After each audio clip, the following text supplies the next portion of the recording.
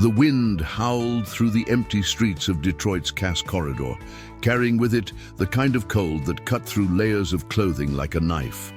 December had arrived with a vengeance, bringing temperatures that plunged to minus 15 degrees, with wind chills making it feel like minus 25. Marcus Bennett pulled his threadbare jacket tighter around his thin frame, his breath forming white clouds in the frozen air as he huddled in the doorway of an abandoned building on 3rd Street. At 14 years old, Marcus had been living on these unforgiving streets for nearly 2 years. His face, though young, carried the hardened expression of someone who had seen too much, too soon. His dark brown eyes, once full of childhood wonder, now constantly scanned his surroundings with the wariness of a hunted animal. His jeans were torn at the knees, his sneakers held together with duct tape, and his fingers were perpetually red and swollen from the cold. The neighborhood around him told its own story of struggle. Boarded-up storefronts lined the streets, their faded signs remnants of better times. Graffiti covered most surfaces, some artistic, most just territorial markers. Streetlights flickered intermittently, casting eerie shadows across the snow-covered sidewalks.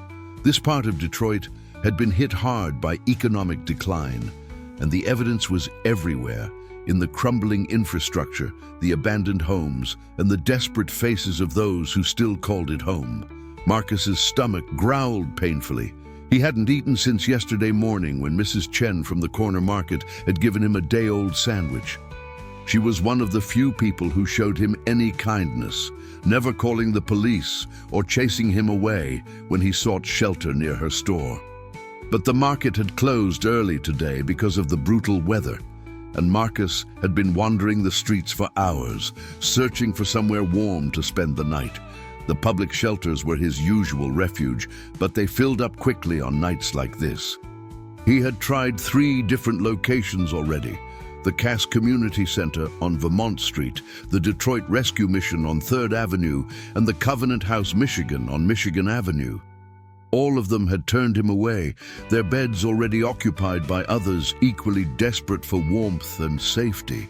The shelter workers had looked at him with sympathetic eyes. But sympathy didn't provide warmth or protection from the deadly cold. "Sorry, kid," the volunteer at the last shelter had said, his voice genuinely apologetic. "We're at capacity. Try coming earlier tomorrow. Maybe we'll have space then." Tomorrow seemed impossibly far away when facing a night that could kill. Marcus knew the dangers of sleeping outside in weather like this. Last winter, he had known 3 other street kids who hadn't survived until spring.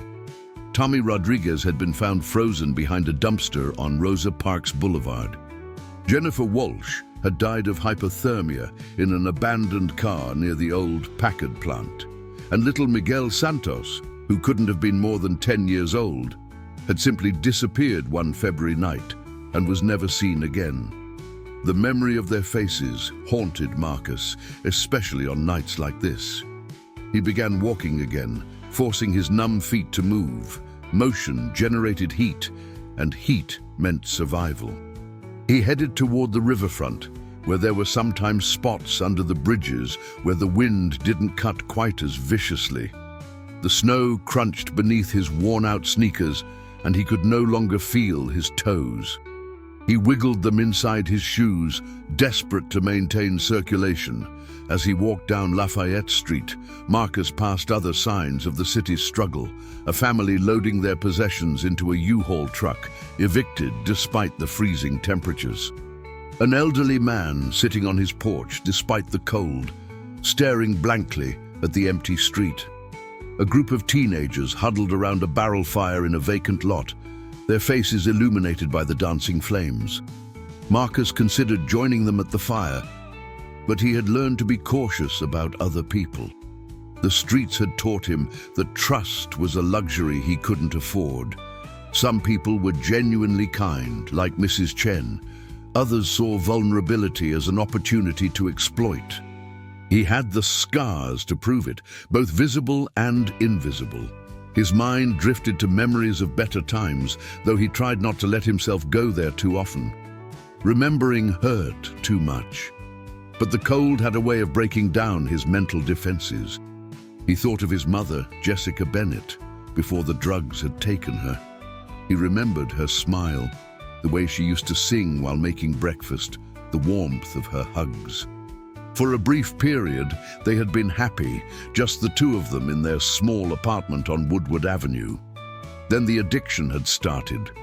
Or maybe it had always been there, lurking beneath the surface. Marcus had been too young to understand at first. He just knew that his mother started sleeping more, started forgetting things, started bringing around people who scared him. The apartment that had once been their sanctuary became a place of chaos and fear. Child Protective Services had gotten involved when Marcus was 11. There had been meetings, caseworkers, promises of help, but his mother had refused treatment, and Marcus had refused to leave her. He had believed he could save her, that his love would be enough to bring her back to who she had been. He had been wrong. She had died of an overdose 2 years ago, on a cold November night, not unlike this one. Marcus had found her on the bathroom floor, her lips blue, her body already growing cold. He had called 911, had screamed and cried and begged her to wake up, but she was gone. With no other family and a deep fear of the foster care system, having heard horror stories from other street kids, Marcus had run. He'd been surviving on his own ever since, learning the hard lessons of street life through brutal experience. He shook his head, forcing the memories away. Dwelling on the past didn't help. He needed to focus on surviving the present. Marcus turned onto Michigan Avenue, his eyes searching for any opportunity, a warm doorway, an unlocked car, anything that might provide shelter from the brutal cold. The street was quieter than usual, most people having the good sense to stay indoors. A few cars passed by, their headlights briefly illuminating the falling snow before disappearing into the darkness. That's when he heard the sound of motorcycles. The deep rumble of engines echoed off the buildings, growing louder as they approached. Marcus pressed himself against a brick wall, instinctively making himself less visible. 3 large motorcycles roared past him, their riders bundled in heavy leather jackets and helmets. They turned down a side street, and Marcus heard the engines cut off. Curiosity got the better of him. Motorcycle riders were unusual in this weather, and unusual things on the street often meant trouble, but sometimes they meant opportunity. Marcus crept toward the side street, staying in the shadows, his survival instincts on high alert. The side street was poorly lit, with only one flickering streetlight casting long shadows across the snow-covered pavement. The 3 motorcycles were parked near an old brick building that had once been a warehouse. 3 men stood beside their bikes, talking in low voices. They looked rough, heavy jackets, thick boots, faces partially hidden by scarves and winter gear. Then Marcus noticed a 4th person, an older man, probably in his late 50s, with a grey beard visible beneath his helmet, stood near a 4th motorcycle. He was separate from the other 3, and something about his body language suggested tension. The man was tall and broad-shouldered, wearing a leather jacket with patches that Marcus couldn't quite make out in the dim light. One of the 3 men stepped forward, and Marcus heard raised voices. He couldn't make out the words, but the tone was unmistakably aggressive. The older man raised his hands in a placating gesture, saying something Marcus couldn't hear. Then, one of the 3 men shoved the older man hard. What happened next occurred in rapid succession. The older man stumbled backward, catching himself against his motorcycle. The 3 men moved in closer, surrounding him. Marcus saw one of them pull something from his jacket. The streetlight glinted off metal, a weapon. Marcus's heart pounded in his chest. Every instinct screamed at him to run, to hide, to stay out of it. This wasn't his fight. Getting involved would only bring trouble. He had learned long ago that survival meant keeping your head down, staying invisible, not taking risks. But something inside Marcus rebelled against that cold logic. Maybe it was the memory of all the times people had walked past him when he needed help. Maybe it was the lingering influence of his mother's voice from back when she was still herself, teaching him to stand up for what was right. Maybe it was simply that he was tired of being afraid, tired of being powerless in a world that seemed designed to crush people like him. Whatever the reason, Marcus found himself stepping out of the shadows. "Hey!" he shouted, his voice cracking slightly but carrying across the quiet street. "Leave him alone!" The three men turned toward him, and Marcus saw their faces clearly for the first time. They were in their 30s, with hard eyes and cruel smiles, the kind of men who enjoyed inflicting pain. One of them wore a leather jacket with a different patch than the older man's, some kind of skull design that Marcus didn't recognize. Well, the man with the weapon said. A knife, Marcus now realized. "Looks like we got a hero here. What are you, kid? 10? 12? 14, Marcus said, trying to keep his voice steady, despite the fear coursing through him. "And I said, leave him alone." The older man's eyes widened. "Kid, get out of here," he said urgently. "This isn't your business. Run!" But Marcus didn't run. His feet seemed rooted to the spot. He had made his choice, and something stubborn in him refused to back down now, even though every rational part of his brain was screaming that he had just made a terrible mistake. The three men exchanged glances, then laughed. It was a harsh, mocking sound that echoed off the empty buildings. "You got some balls, kid. I'll give you that," the leader said, walking toward Marcus. "But you just made a real stupid decision." The man was suddenly in front of him, moving faster than Marcus expected. A fist crashed into his stomach, driving the air from his lungs. Marcus doubled over, gasping, and then another blow caught him on the side of his head. Stars exploded across his vision, and he felt himself falling. "No! Stop!" The older man's voice sounded distant, distorted. Marcus heard sounds of a struggle, motorcycle engines starting. Then rough hands grabbed Marcus, hauling him up. Through blurred vision, he saw the leader's face inches from his own. "You wanted to be a hero," the man hissed. "Let me teach you what happens to heroes in the real world." The beating that followed was swift and brutal. Fists and boots rained down on Marcus's thin body. He tried to protect his head, curling into a ball, but the blows kept coming. Pain exploded through him, his ribs, his back, his face. He tasted blood, felt something crack inside his chest. Through the pain, Marcus heard the roar of a motorcycle engine and tires squealing. The older man hadn't abandoned him. He was trying to help. There were more shouts, the sound of impact, and then Marcus heard the three men's motorcycles starting up. "This ain't over, Wolf," one of them shouted. "You tell your boys we're coming for all of you." The sound of their engines faded into the distance. Marcus lay on the cold pavement, his body screaming in agony. Snow fell on his face, melting on his skin, mixing with blood. He tried to move but couldn't. Everything hurt. His vision was darkening at the edges. Then the older man was there, kneeling beside him. Marcus could see his face now, weathered and scarred, with kind gray eyes that were filled with concern and something else. Guilt. "Jesus, kid," the man said, his voice rough with emotion. "Why'd you do that? Why'd you get involved?"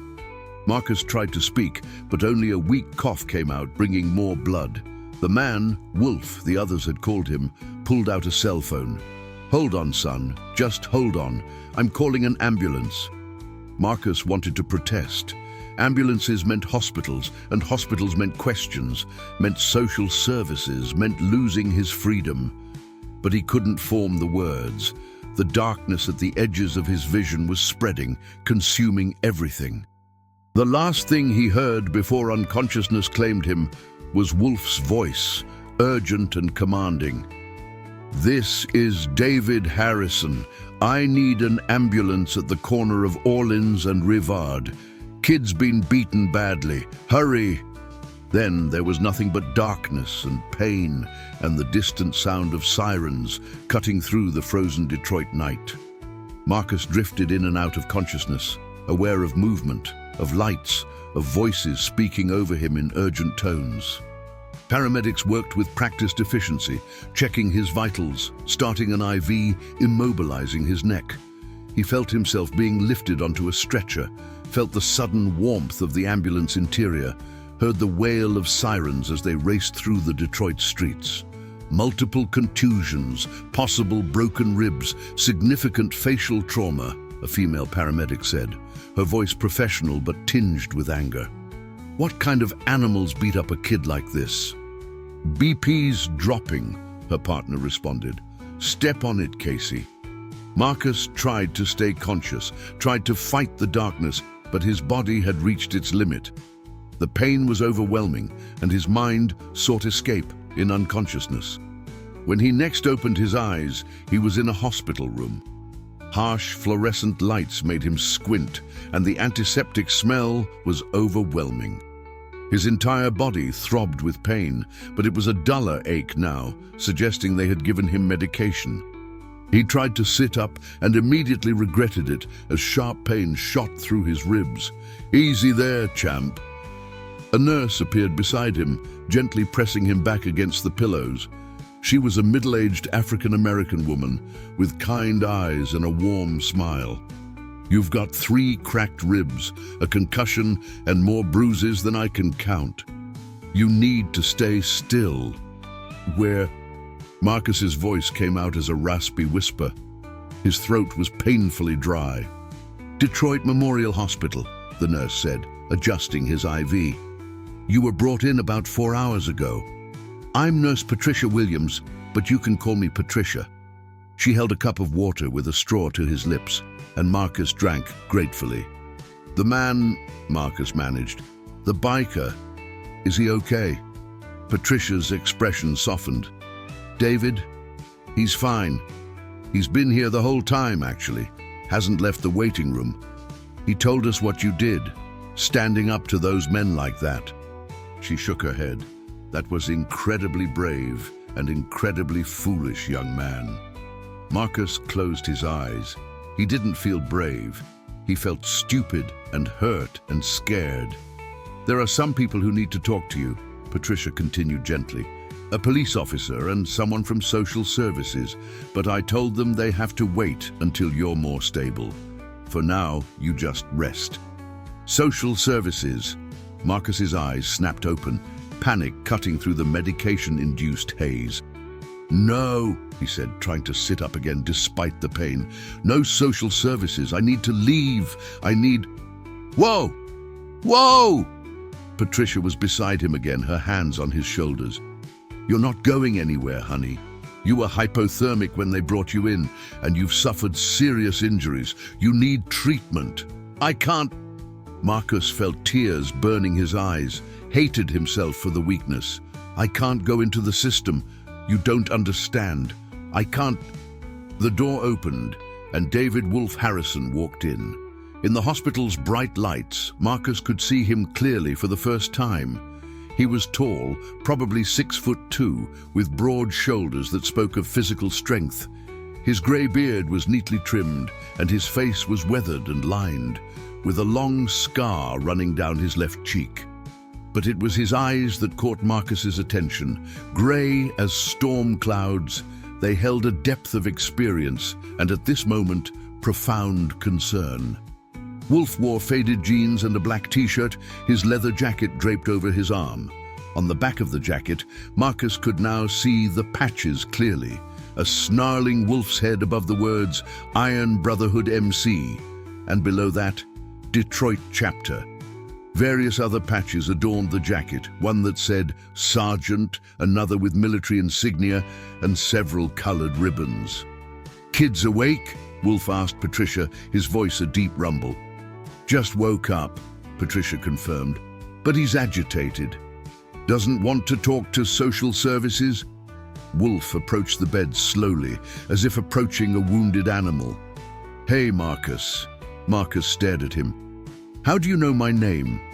You mumbled it while you were going in and out. Paramedics told me. Wolf pulled a chair closer to the bed and sat down, his movements careful and non-threatening. I also found this in your jacket pocket. He held up a worn photograph, Marcus and his mother, from better days, smiling at the camera at Belle Isle Park. Marcus's throat tightened. That photograph was one of his few remaining possessions, a treasure he carried everywhere. Wolf placed it gently on the bedside table. Listen, son. I know you're scared, but you need medical care. You've got to stay here at least a few days. And then what? Marcus's voice was bitter. Foster care, group homes. I've heard the stories. I'm better off on the streets. Wolf was quiet for a long moment, studying Marcus's face. You know why I was in that alley tonight? Marcus shook his head slightly, immediately regretting the movement as pain shot through his neck. Those 3 men used to be part of a motorcycle club, a bad one, the kind that gives bikers a terrible name. They deal drugs, run guns, hurt people. My club, the Iron Brotherhood, we've been working with police to shut them down. Tonight was supposed to be me meeting an informant, but it was a setup. They were planning to jump me, send a message to my brothers. Brothers? Marcus asked. Members of my motorcycle club, Wolf explained. We're not like those men. The Iron Brotherhood is made up mostly of veterans, first responders, guys who've served their country and their communities. We do charity work, help veterans with PTSD, organize food drives, protect kids from bullies. His grey eyes locked onto Marcus's. We're about honor, loyalty, and standing up for people who can't stand up for themselves. Like I did, Marcus whispered. Like you did, Wolf agreed.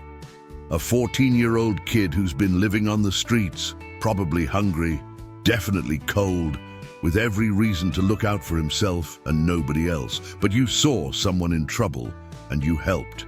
You took a beating meant for me. His voice grew thick with emotion. Kid, do you have any idea how rare that kind of courage is? Marcus didn't know what to say. He had never thought of himself as courageous. He had just reacted. Here's what's going to happen, Wolf said, leaning forward. You're going to stay here and heal. I'm going to make sure the hospital bills are covered. Don't worry about that. And I'm going to talk to my brothers about you. Because, son, what you did tonight, that kind of heart, that kind of bravery, that's the kind of thing the Brotherhood values. And we take care of our own. I'm not one of you, Marcus said quietly. Wolf smiled and it transformed his entire face. Maybe not yet, but you saved my life tonight, Marcus Bennett. That makes you family as far as I'm concerned. And family doesn't abandon family. Before Marcus could respond, Wolf's phone buzzed. He glanced at it and chuckled. Speaking of family, he looked at Patricia. Is it okay if a few visitors come up? Some of my brothers heard what happened. They want to meet the kid who saved my life. Patricia looked uncertain. Hospital policy says only family. We are family, Wolf said simply. Something in his tone must have convinced her because Patricia sighed and smiled. A few visitors, briefly, and they need to be quiet. This is a hospital. Wolf stepped outside, and Marcus heard him speaking in low tones. A few minutes later, the door opened, and 3 men walked in. They were all large, all wearing leather vests similar to Wolf's, all bearing the Iron Brotherhood patches. The first was a black man, with a shaved head and a warm smile. He looked to be in his early 40s, with arms covered in tattoos that depicted military scenes and patriotic imagery. Marcus, he said, his voice surprisingly gentle for his size.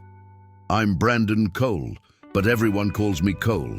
I served with Wolf in Afghanistan. Heard you saved his stubborn ass. The second man was Hispanic, shorter but powerfully built, with kind brown eyes and a neatly trimmed goatee. Vincent Ramirez, he introduced himself. They call me Vince, Marine Corps, 2 tours in Iraq. He shook his head, looking at Marcus with something like awe. Takes guts to do what you did, kid. Real guts. The third man was white, in his early 60s, with a weathered face and hands scarred from years of manual labor. "Jackson Mitchell," he said gruffly. "Army, Vietnam. And before you ask, yes, I'm old." His stern expression softened slightly. "But I'm old because I learned to watch my brothers' backs. What you did tonight, that's the definition of brotherhood." Marcus looked at the four men surrounding his bed, overwhelmed. He had spent 2 years avoiding people, trusting no one, surviving alone. And now these strangers, these bikers, were looking at him like he mattered. "I don't understand," Marcus said, his voice small. "I'm nobody. I'm just a street kid. Why do you care?" Wolf sat back down, his expression serious. "You know what I see when I look at you, Marcus? I see a survivor. I see someone who's been through hell but hasn't lost his humanity. You could have walked past me tonight. You should have. It would have been the smart thing to do. But you didn't. You put yourself in danger to help a stranger. That tells me everything I need to know about who you are inside." "Wolf's right," Cole added. "Most people these days, they see trouble, they walk the other way. They don't want to get involved. But you're different." Vince nodded. "My kid's sister was in trouble once, and nobody helped her. Nobody wanted to get involved. I think about that a lot. How different things might have been if someone, anyone, had just stepped up." He looked directly at Marcus. "You stepped up tonight. That means something." Marcus felt tears welling up again, and this time he couldn't stop them. They spilled down his cheeks, and he was embarrassed until he realized none of the men were judging him. Jackson handed him a tissue with a gruff, "It's okay to cry, kid. We've all been there." Patricia poked her head in. "Gentlemen, I need to check Marcus's vitals and change his bandages. You can come back tomorrow during visiting hours."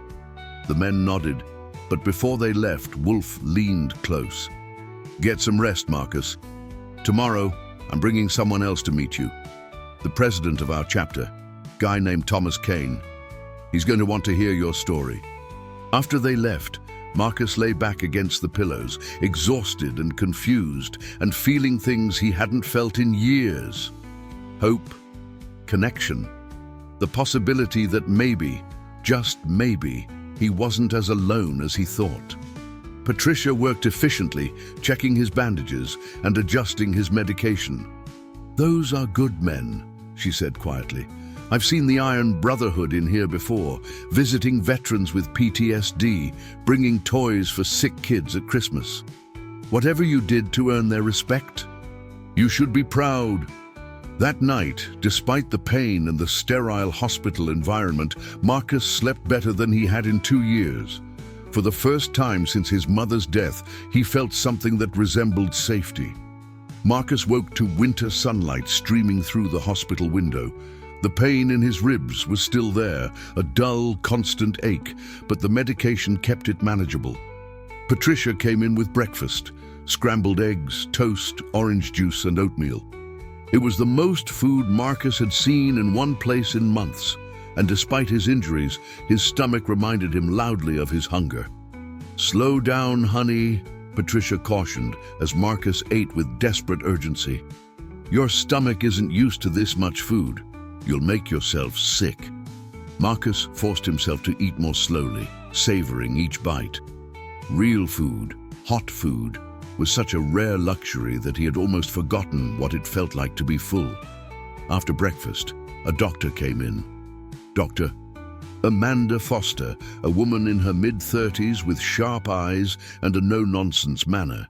She examined Marcus thoroughly, checking his ribs, his head injury, and the various cuts and bruises covering his body.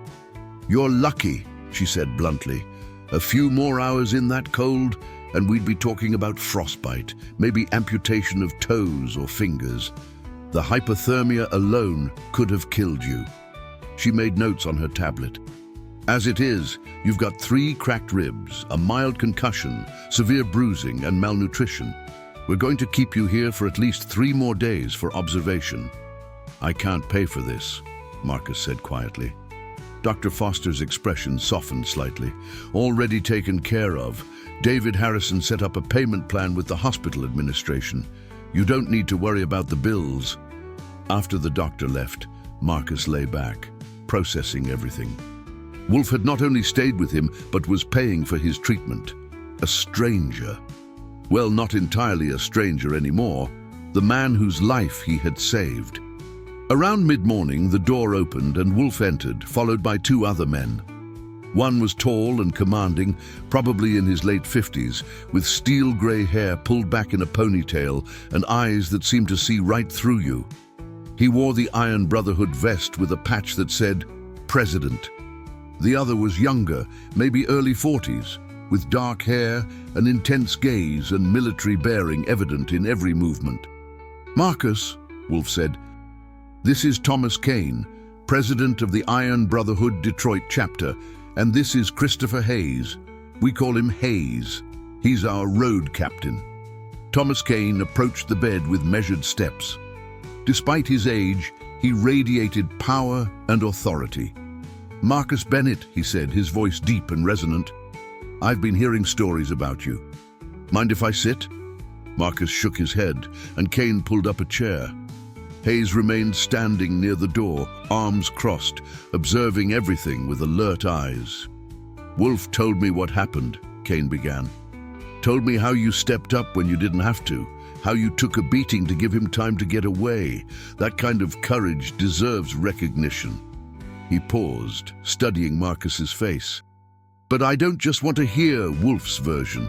I want to hear yours. Tell me what happened, in your own words. Marcus hesitated, then told his story.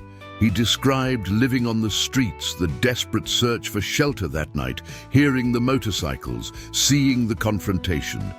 He explained his decision to intervene and the beating that followed.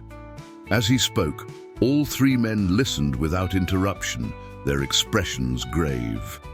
When Marcus finished, Kane was quiet for a long moment. Why? He finally asked. You said yourself you knew it was dangerous. You knew you should have walked away. So why didn't you? Marcus struggled to articulate something he didn't fully understand himself. Because people always walked away. From me, from my mom when she was sick. Everyone just looked the other way, and I couldn't do that. I couldn't be that person. Kane nodded slowly. Wolf says you have no family, that you've been surviving on the streets for 2 years. Yes, sir, Marcus confirmed, and you're afraid of going into the foster system. Marcus felt his chest tighten with anxiety. Yes, sir, I've heard stories, bad stories. Kane leaned back in his chair. Not all of those stories are true, Marcus. There are good foster families out there, good group homes. But I understand your fear. He exchanged glances with Wolf and Hayes, which is why I want to make you a proposal. Marcus waited, his heart beating faster. The Iron Brotherhood, Kane continued, is more than just a motorcycle club. We're a family. We support veterans, help with community programs, and we look out for each other. What you did for Wolf, that's the kind of loyalty, the kind of selflessness we value above everything else. He leaned forward. I spoke with our chapter this morning, called an emergency meeting. I told them about you, and unanimously, they agreed with what I'm about to propose. Kane reached into his jacket and pulled out a photograph. It showed dozens of men in Iron Brotherhood vests, standing in front of a large garage-like building. They were of all ages, all races, united by their shared patches and what Marcus now recognized as a sense of purpose. This is our clubhouse on East Jefferson Avenue, Kane explained. We've got workspace, meeting areas, and upstairs we've got some residential space. Usually it's for brothers going through tough times, divorces, PTSD episodes, financial troubles. We provide a place to stay while they get back on their feet. He looked directly at Marcus. We want to offer you that space, Marcus. A place to stay, a roof over your head, regular meals, safety. Marcus stared at him, unable to believe what he was hearing. Why? He whispered. Why would you do that? Because you earned it, Hayes spoke up for the first time, his voice firm, and because the Brotherhood doesn't abandon people who embody what we stand for. There would be conditions, Kane continued. You'd have to go back to school. We'd enroll you in Detroit Community High School. You'd have chores around the clubhouse, responsibilities. You'd have to attend counseling, not negotiable given what you've been through. And you'd have to accept support, which I suspect might be the hardest part for you. Marcus's mind reeled.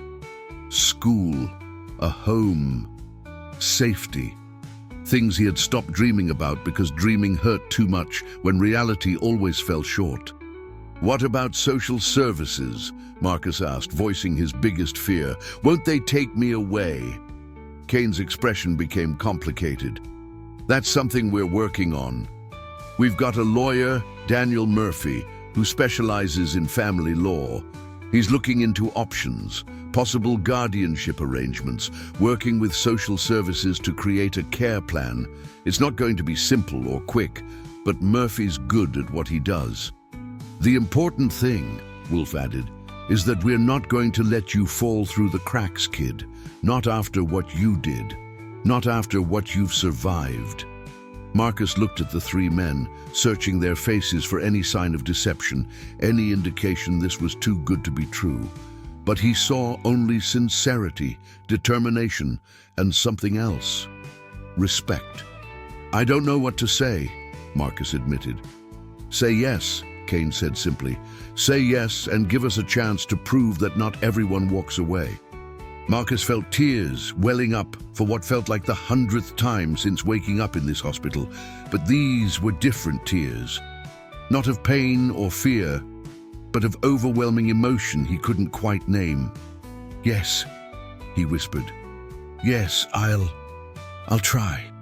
Wolf's face broke into a broad smile and Hayes actually grinned. Kane reached out and gently squeezed Marcus's shoulder. Welcome to the family, son. What happened over the next few hours changed everything. Kane made phone calls, coordinating with other chapter members. Word spread through the Detroit biking community about what Marcus had done, about the young street kid who had taken a beating to save one of their own. The response was immediate and overwhelming. By afternoon, the hospital staff was struggling to manage the flood of visitors. Members of the Iron Brotherhood came in groups of 2 and 3, introducing themselves to Marcus, shaking his hand, thanking him. They brought gifts, new clothes, books, a warm winter jacket that looked expensive, a smartphone with a prepaid plan, and cards signed by dozens of people he had never met.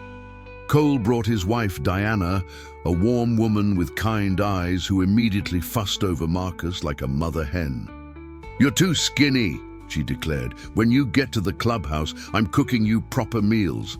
Real food, not that hospital nonsense." Vince brought his teenage son, Carlos, who looked at Marcus with open admiration. "My dad says you're a hero," Carlos said. "That's really cool."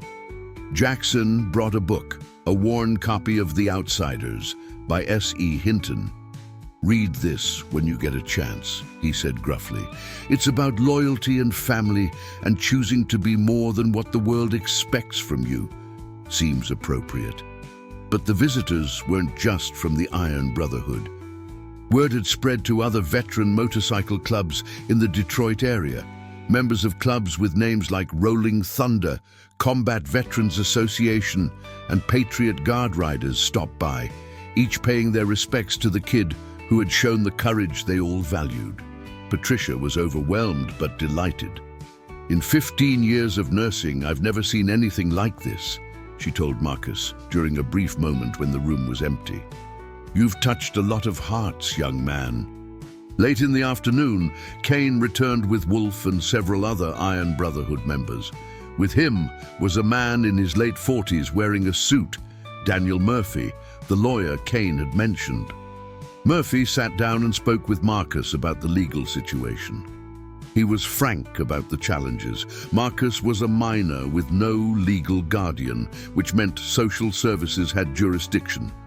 But he outlined a plan, applying for emergency guardianship through the Iron Brotherhood as an organization, working with social services to demonstrate they could provide stable care, and potentially finding a chapter member willing to become Marcus's legal guardian if needed. It's going to take time, Murphy admitted. The system moves slowly, but Mr. Kane and his organization have resources and connections. We'll make this work. That evening, as visiting hours ended and the last of the bikers departed, Marcus lay in his hospital bed, feeling simultaneously exhausted and energized. The room was filled with gifts and cards, tangible evidence that people cared about him. For someone who had spent 2 years believing he was completely alone in the world, it was almost too much to process. Wolf stayed after everyone else left. He sat in the chair beside Marcus's bed, his weathered face thoughtful. "Can I ask you something?" Marcus said quietly. "Anything, kid. Why does this mean so much to all of you? I mean, I'm nobody special. I just did what seemed right." Wolf was silent for a moment, then sighed. "You want the truth?" Marcus nodded. "Most of us in the Brotherhood," Wolf began, "we've seen some dark things. In war, in life. We've seen what happens when good people do nothing. When they look the other way. When they decide it's not their problem." His grey eyes were distant, remembering. "I watched brothers die in Afghanistan because civilians who could have warned us about IEDs chose to stay silent. I've seen kids hurt because their neighbors didn't want to get involved." He focused on Marcus again. "But you had every reason to walk away. You're a kid, alone, struggling to survive. No one would have blamed you for saving yourself, but you didn't. You stepped up." His voice grew thick with emotion. "You reminded us why we do what we do, why we formed this brotherhood in the first place, to stand up for what's right, to protect those who can't protect themselves, to be the kind of men who don't look away." Marcus absorbed those words, understanding them in a way he hadn't before. "Get some rest," Wolf said, standing up. "Tomorrow we start planning your move to the clubhouse. And Marcus," he smiled, "thank you for my life, for reminding me what courage looks like." After Wolf left, Marcus lay in the darkness, listening to the quiet sounds of the hospital. For the first time in 2 years, he allowed himself to hope, to believe that maybe, just maybe, things could get better. Outside, snow continued to fall on Detroit, but inside that hospital room, Marcus Bennett was finally warm. Marcus spent 3 more days in the hospital, recovering from his injuries and, perhaps more importantly, beginning to believe in the possibility of a different future. Each day brought more visitors from the Iron Brotherhood and other veteran motorcycle clubs. Each conversation revealed more about the community he was inadvertently becoming part of. Stories of military service, of brotherhood forged in combat, of men who had returned home and found purpose in helping others. On his 4th day, Dr. Foster cleared him for discharge. "You're healing well," she said, reviewing his chart. "The ribs will hurt for a few more weeks, and you need to take it easy. No strenuous activity. The concussion symptoms have resolved, but I want you to come back in a week for a follow-up." She looked at him seriously.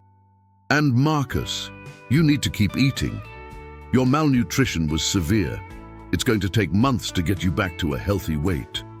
Wolf arrived that morning with clean clothes, jeans that actually fit, a warm flannel shirt, thermal underwear, thick socks, and the winter jacket that had been gifted to him.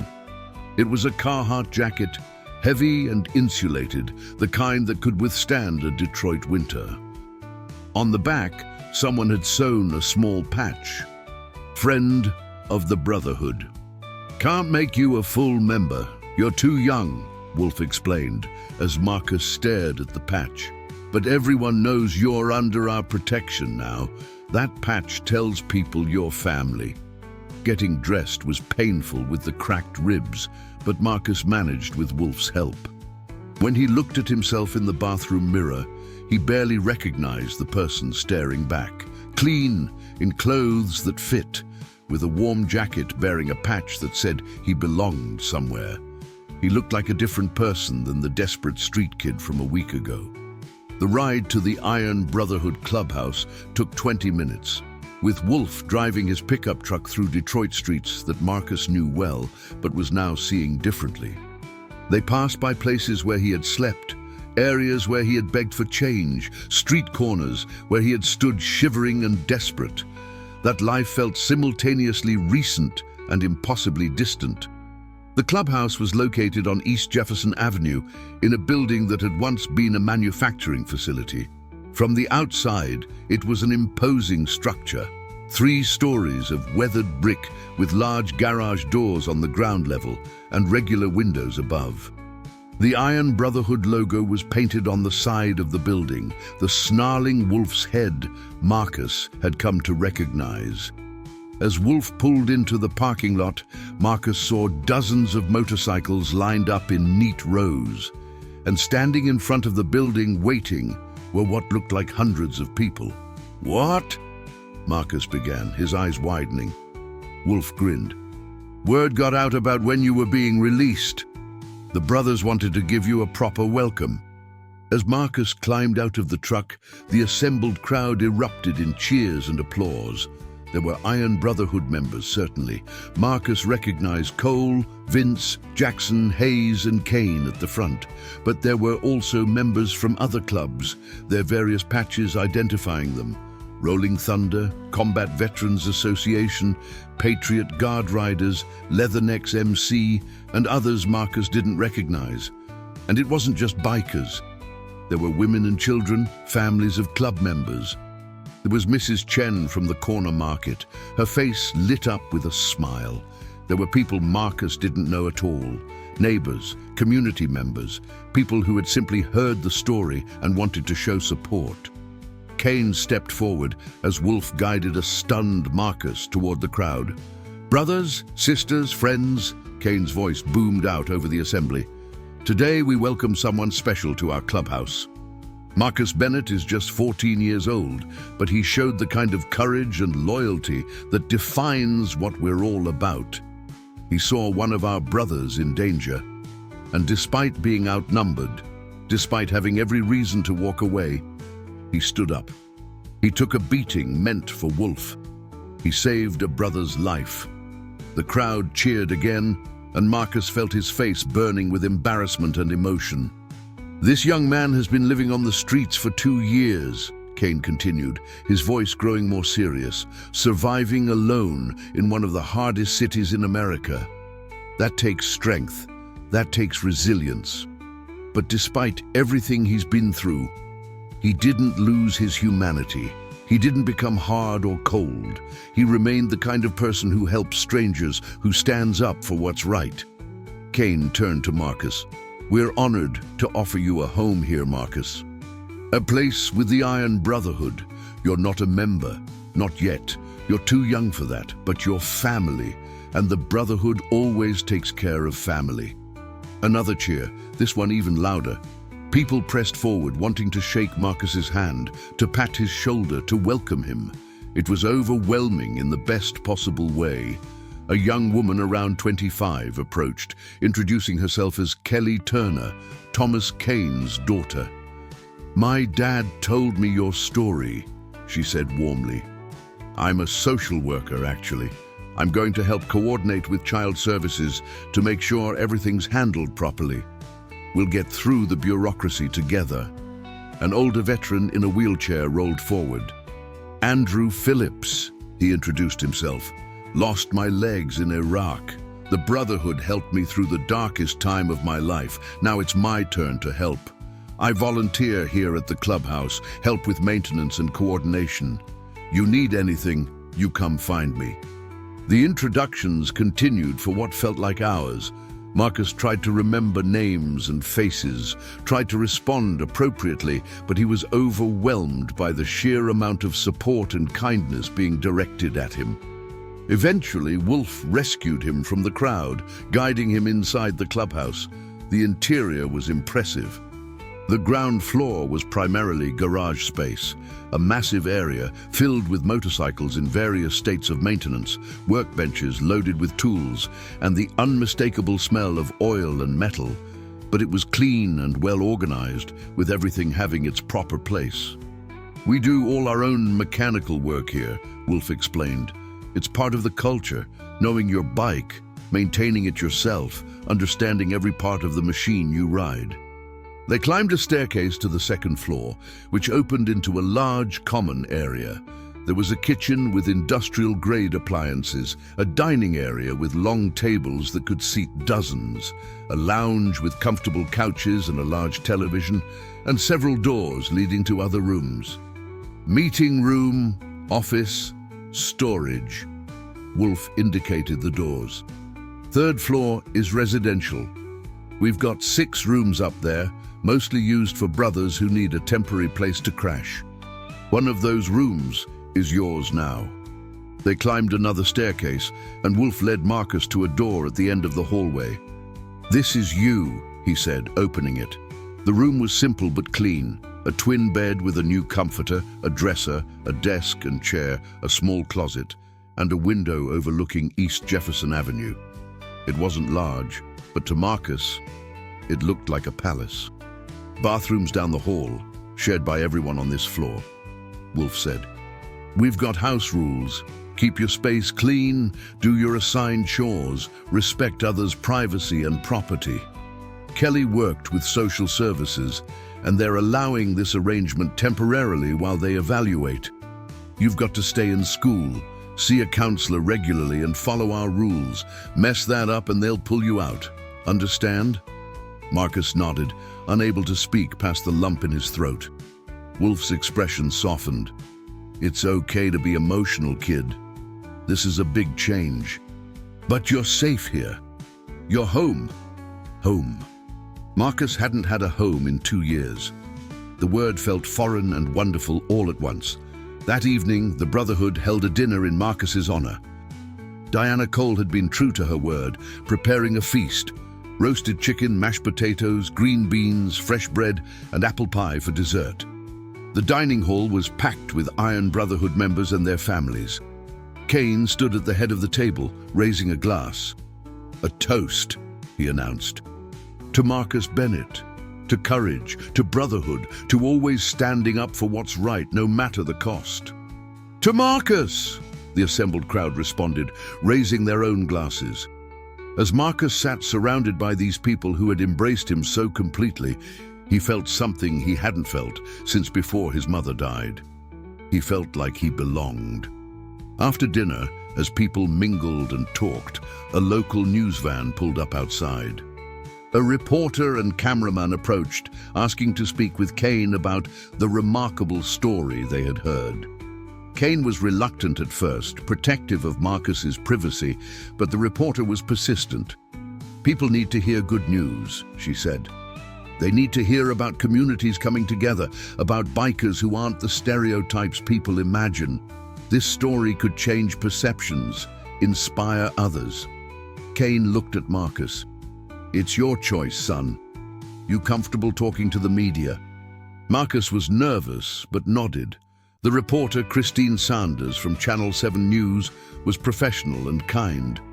She interviewed Marcus briefly, keeping her questions appropriate for someone his age. Then she interviewed Kane, Wolf, and several other Brotherhood members. The story aired 2 days later during the evening news. Marcus watched it in the clubhouse common room, surrounded by Brotherhood members. "Tonight, a story that might restore your faith in humanity," Christine Sanders said on screen. "In a city often portrayed negatively, the Iron Brotherhood Motorcycle Club is showing what community really means." The segment told Marcus's story, his years on the street, the night he intervened to save Wolf, the beating he endured, and the overwhelming response from the Detroit biker community. It showed footage of the clubhouse, interviews with Kane and Wolf about what the Brotherhood represented, and concluded with Marcus's own words about courage and doing the right thing. "In a world where many people choose to look the other way," Sanders concluded, 14-year-old Marcus Bennett reminds us that true courage means standing up, even when you're afraid. And the Iron Brotherhood's response shows us what community can achieve when it comes together with purpose and heart. The reaction was immediate and massive. The news segment aired on a Wednesday evening. By Thursday morning, the story had gone viral. Marcus woke in his room at the clubhouse to the sound of his new phone buzzing constantly with notifications. Confused and still somewhat groggy, he checked the screen to find dozens of messages from numbers he didn't recognize. Words of support, offers of help, people sharing his story. Downstairs, the clubhouse was buzzing with activity. Kane, Wolf, Hayes, and several other senior Brotherhood members were gathered around a laptop, watching something that made them shake their heads in amazement. "Morning, Marcus," Kane greeted him. "You might want to see this." Marcus approached, and Kane turned the laptop so he could see the screen. It showed the Channel 7 news story, but now it had view counts in the millions. The story had been picked up nationally. Marcus saw it shared on major news networks, trending on social media platforms, and being discussed on morning talk shows. "You've touched a nerve," Hayes observed. "People are hungry for good news, for stories about courage and community. Your story is giving them that." The phone in the clubhouse office started ringing and didn't stop. Kelly Turner, who had taken on the role of coordinating communication, fielded calls from media outlets, organizations wanting to help, and individuals offering donations. "We've got interview requests from Good Morning America, The Today Show, and Ellen," Kelly reported, looking slightly overwhelmed. "Also, someone from the governor's office called, and there's a Detroit City Council member who wants to meet Marcus." Kane held up his hands. "Let's slow down. Marcus is a kid, not a celebrity. We need to be thoughtful about this." But the momentum had its own force. By Friday, the clubhouse parking lot was filled not just with motorcycles, but with news vans. The story had captured national attention. The street kid who stood up to thugs, the biker brotherhood that embraced him, the community rallying around courage and loyalty. Marcus did a few carefully selected interviews, always with Kane or Wolf present. He spoke honestly about his life on the streets, about his decision to help Wolf, and about what the Brotherhood support meant to him. But the real miracle wasn't the media attention. It was what started happening in Detroit and beyond. On Saturday morning, exactly 1 week after Marcus had been released from the hospital, motorcycle engines began rumbling toward the clubhouse. Not just a few, dozens, then hundreds. Bikers from across Michigan, from Ohio, from Indiana and Illinois and Pennsylvania had heard the story and decided to ride to Detroit to show support. By noon, East Jefferson Avenue was lined with motorcycles for blocks in every direction. The parking lot was overflowing, with bikes parked in careful rows that extended down side streets. And it wasn't just Iron Brotherhood members, or even just veteran clubs. It was bikers of every type, sport bike riders, cruiser enthusiasts, touring groups, independent riders who didn't belong to any club. They came wearing their different patches and colors, their different club identifications, but united by a single purpose: to honor the kid who embodied what they all believed in. Marcus stood outside the clubhouse, absolutely stunned. Wolf stood beside him, his own expression showing amazement. "How many?" Marcus whispered. Cole, who had been coordinating with different groups, checked his notes. "Last count, just over 1,000 motorcycles, and more are still arriving. 1,000 bikers in support of him, a 14-year-old street kid." Kane organized the gathering, his natural leadership bringing order to what could have been chaos. Using a portable PA system, he addressed the massive crowd. "Brothers and sisters, riders and friends," Kane's voice boomed out. "Thank you for being here. Thank you for showing the world what the motorcycle community really is. Not the stereotypes and prejudices, but people who value honor, loyalty, and courage." The crowd cheered, and Marcus felt goosebumps despite his warm jacket. Marcus Bennett's story touched us all, Kane continued. But it's more than just one story. It's a reminder of what we're supposed to be, what we're supposed to stand for. This young man had nothing, no home, no family, no reason to trust anyone. But he saw someone in danger and didn't hesitate. He stood up, he fought, he took a beating to give my brother Wolf a chance to survive. Kane gestured to Marcus. "Come here, son." Marcus walked forward on shaky legs, joining Kane in front of the massive assembly. The sight was overwhelming. Hundreds of bikers, all watching him, their faces showing respect and admiration. "Marcus," Kane said, "when you're old enough, if you want it, you'll have a place in the Iron Brotherhood. But for now, on behalf of every rider here, every club represented, I want to present you with this." Hayes stepped forward, carrying a leather vest, similar to those worn by Brotherhood members, but modified for someone Marcus's age. On the back was a custom patch showing a young figure standing protectively in front of a larger figure with the words, "True Courage," emblazoned above. "This vest," Kane explained as Marcus stared at it in shock, "represents something bigger than any one club. Every major motorcycle club in Michigan has signed off on this. It's a symbol that you're protected by all of us, that you represent what we believe in, that you're family to every rider here." Wolf helped Marcus put on the vest over his jacket.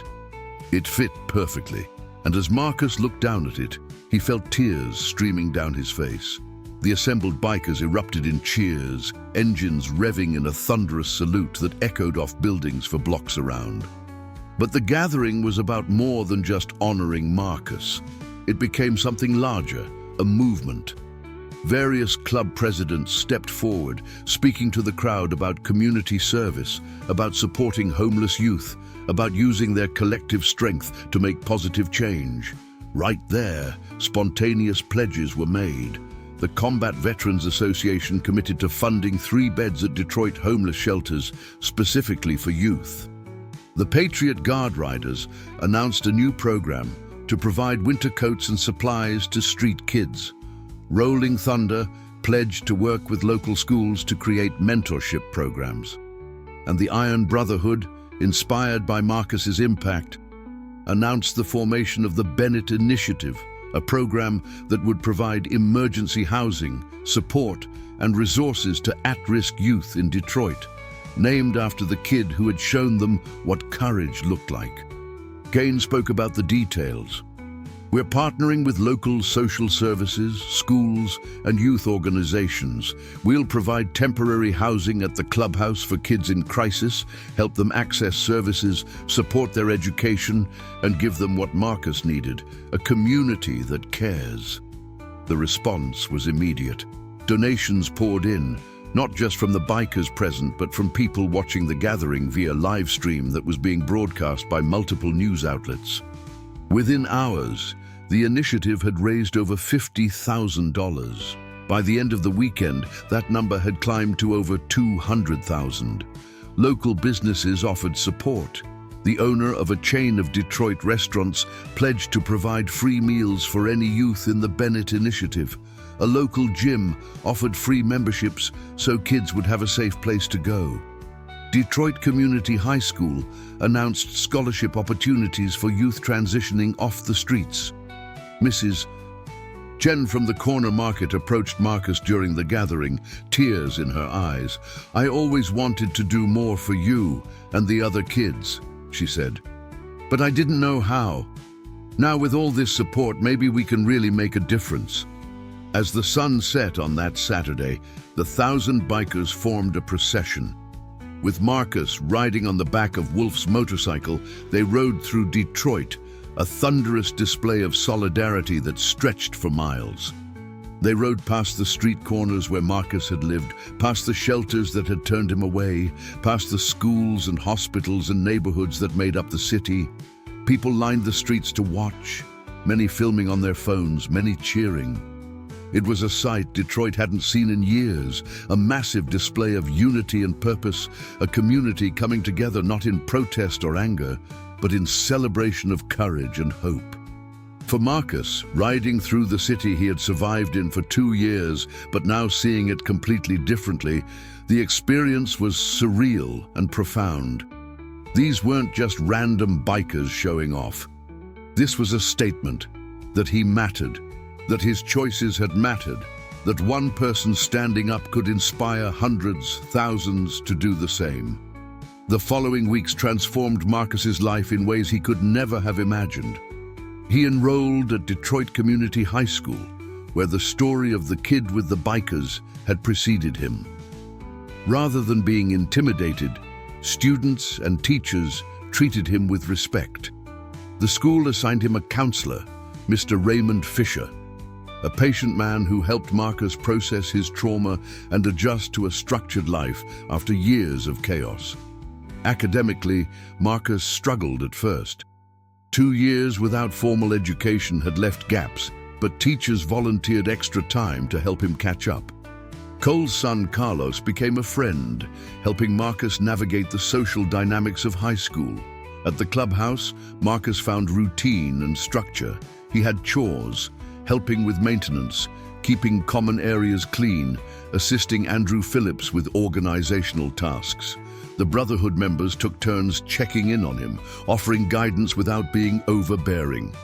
Diana Cole made sure he ate properly, monitoring his weight and health as he slowly recovered from years of malnutrition.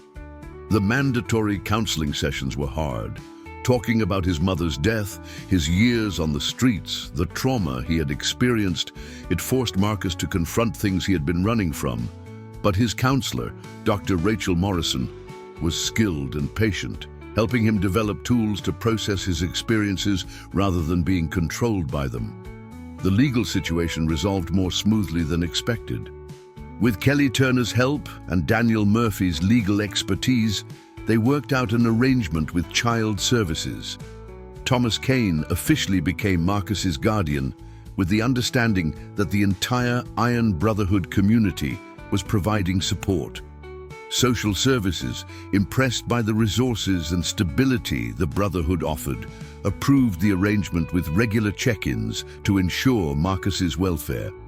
The Bennett Initiative launched officially in February, with a ceremony attended by Detroit's mayor, several city council members, and representatives from various youth services organizations. The program's first beneficiaries were 3 teenagers who had been living on the streets: a 16-year-old girl named Amanda Richards, a 15-year-old boy named Tyler Brooks, and a 17-year-old named Jamie Foster. They moved into rooms at the clubhouse, beginning their own journeys towards stability and hope. Marcus found himself in a unique position to help them, understanding their fears and struggles in ways others couldn't. He shared his story, offered encouragement, and became living proof that circumstances could change. A month ago, I was sleeping in doorways, wondering if I'd survive another winter, Marcus told Amanda during her first week at the clubhouse.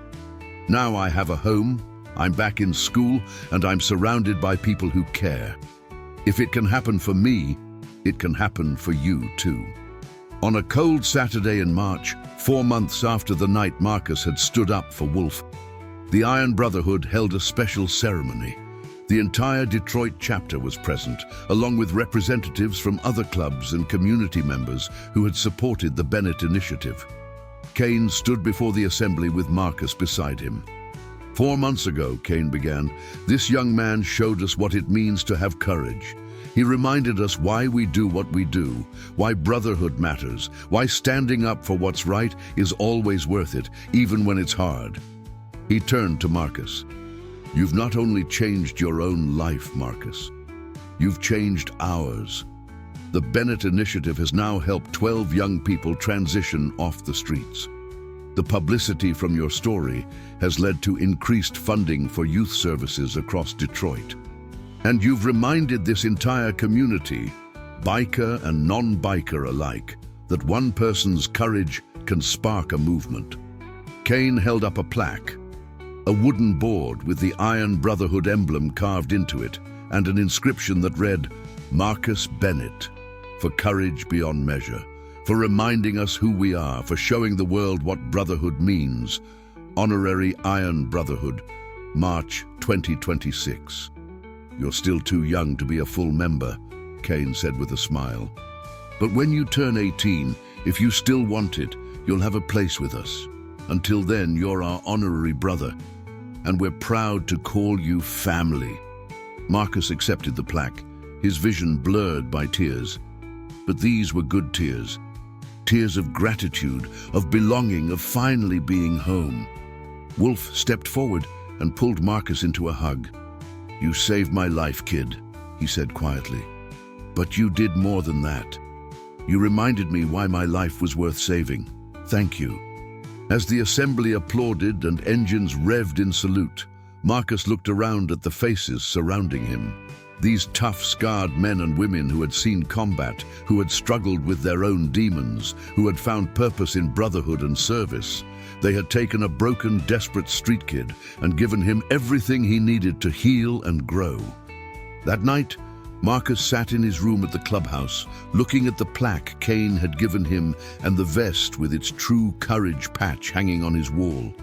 He thought about how much had changed since that freezing December night, when he had made the split-second decision to stand up for a stranger.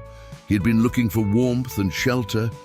Instead, he had found family. He had expected nothing from helping Wolf. Instead, he had received everything. One act of courage on the coldest night had sparked a miracle, not a supernatural miracle, but something equally powerful. The miracle of human connection, of community coming together, of people choosing to be their best selves in response to witnessing bravery. Marcus picked up his phone and opened the group chat with Amanda, Tyler, and Jamie, the other kids in the Bennett Initiative. "Who wants to study together tomorrow?" he typed. Mr. Fisher assigned a huge history paper. The responses came quickly, jokes and complaints and agreements, normal teenager stuff, the kind of normal Marcus had never thought he would experience. He smiled, set the phone down, and looked out his window at the Detroit skyline. Somewhere out there, other kids were struggling like he had been, but now, thanks to what had started that December night, there was more hope, more resources, more people willing to help. 1,000 bikers had shown up to support a street kid who had stood up when he should have walked away. And in doing so, they had started a movement that was changing lives across Detroit. Marcus Bennett had been looking for shelter from the cold. Instead, he had found warmth in the most unexpected place, in the hearts of warriors who understood that true strength meant protecting the vulnerable, that real courage meant standing up even when you're afraid, and that family wasn't about blood, but about who stood beside you when it mattered most. As he prepared for bed, Marcus looked at his reflection in the small mirror above his dresser. The scared, desperate street kid was still there in his eyes sometimes, but he was different now. Stronger, hopeful, surrounded by people who cared. Tomorrow he would go to school, where he was actually catching up in his classes. He would come home to the clubhouse, where dinner would be waiting and people would ask about his day. He would do his homework at the desk Wolf had helped him assemble, and he would sleep in a warm bed under a roof that wouldn't disappear. These simple things, things most people took for granted, were miracles to Marcus Bennett. He climbed into bed, pulling the warm comforter up to his chin.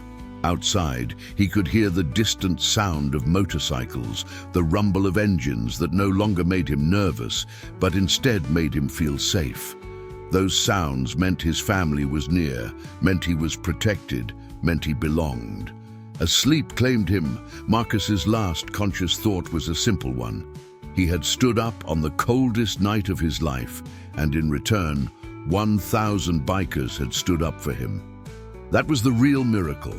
Not that he had been brave, but that his bravery had reminded others of their own capacity for goodness. One act of courage had created a ripple effect that was still spreading, touching lives, changing perspectives, and proving that even in the darkest circumstances, hope could ignite and spread like wildfire. Marcus Bennett had been a boy with nothing. Now he was a young man with everything that truly mattered: a home, a family, a future, and the knowledge that he had the strength to face whatever came next. The coldest night had led to the warmest embrace. And that was the greatest miracle of all.